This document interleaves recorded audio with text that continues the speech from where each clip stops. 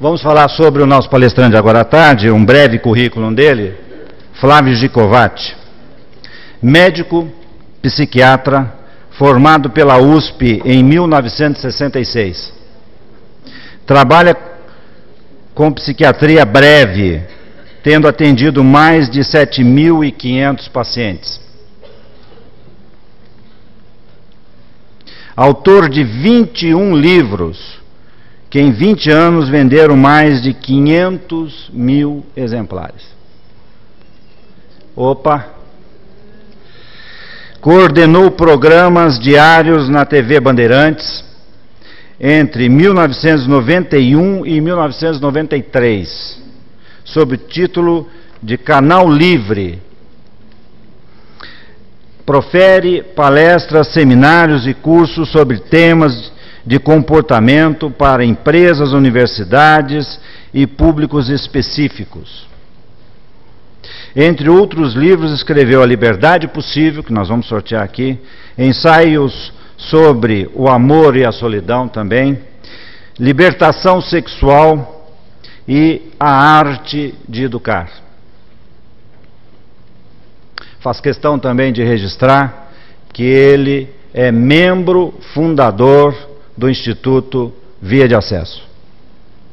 Peço então uma salva de palmas ao Flávio Gicovati.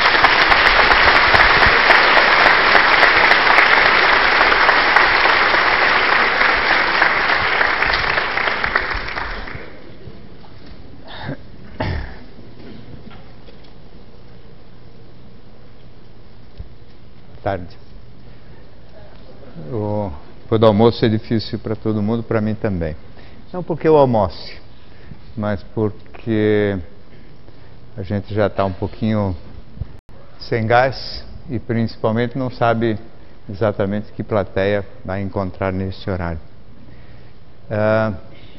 Até hoje, pelo menos para mim, a interação com a plateia continua sendo fundamental para o resultado da minha fala. Ou seja, se eu vejo muita gente desinteressada, agradeço a melhor. Daqui a pouco eu vou falar mais alto, aí você abaixa um pouquinho. É que eu avisei que eu começo devagarinho, depois eu me animo mais do que eu queria, porque o certo mesmo é não ficar tão empolgado para falar, né? Mas a gente fica.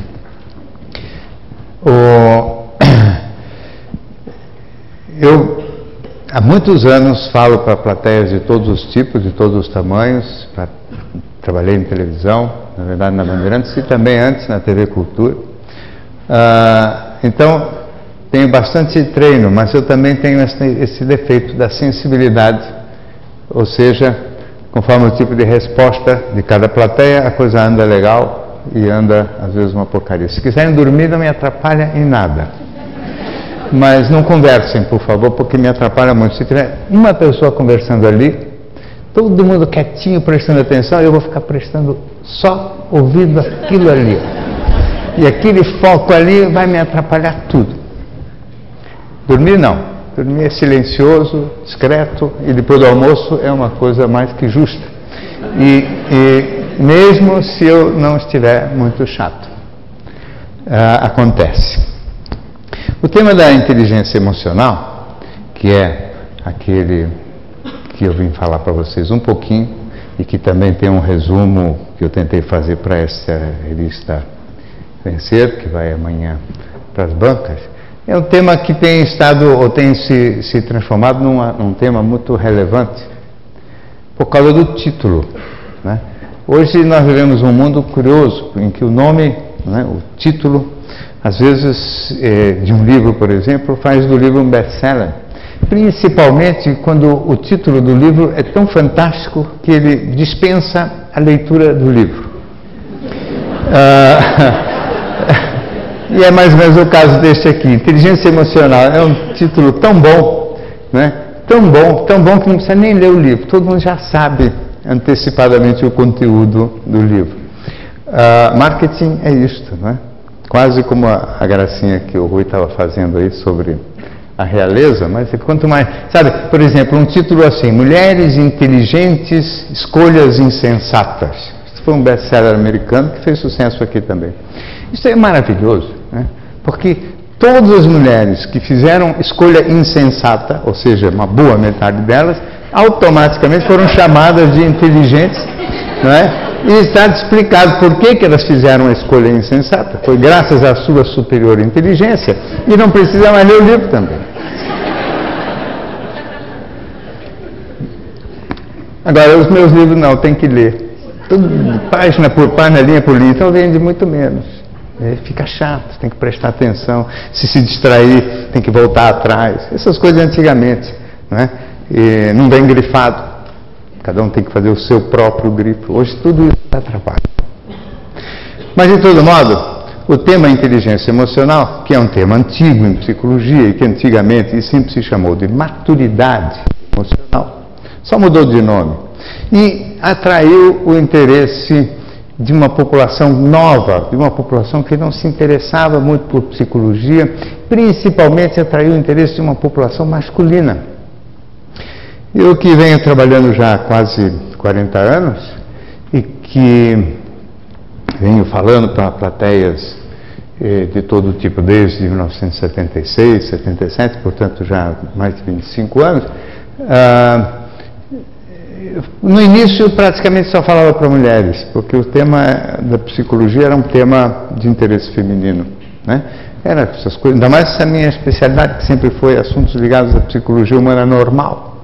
Então, evidentemente, era amor, sexualidade, casamento, essas coisas totalmente sem importância para o universo masculino, não é? Então, só as mulheres se interessavam por isso. Só as mulheres tinham problema sentimental, sexual, etc. Os homens, evidentemente, só tinham interesse em trabalho e em futebol. No futebol também trabalhei, entre 82 e 84, uma experiência importantíssima na minha vida. Eu trabalhei no Corinthians, 2 anos.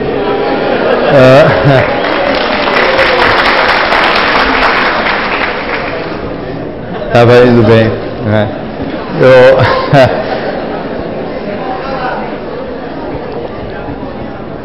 Eu fui bicampeão paulista, 82 e 83, no tempo da democracia corintiana, uma época em que o futebol tinha um tipo de emoção, mas é um trabalho com muita dificuldade, porque no futebol também a resistência à profissional de psicologia era brutal.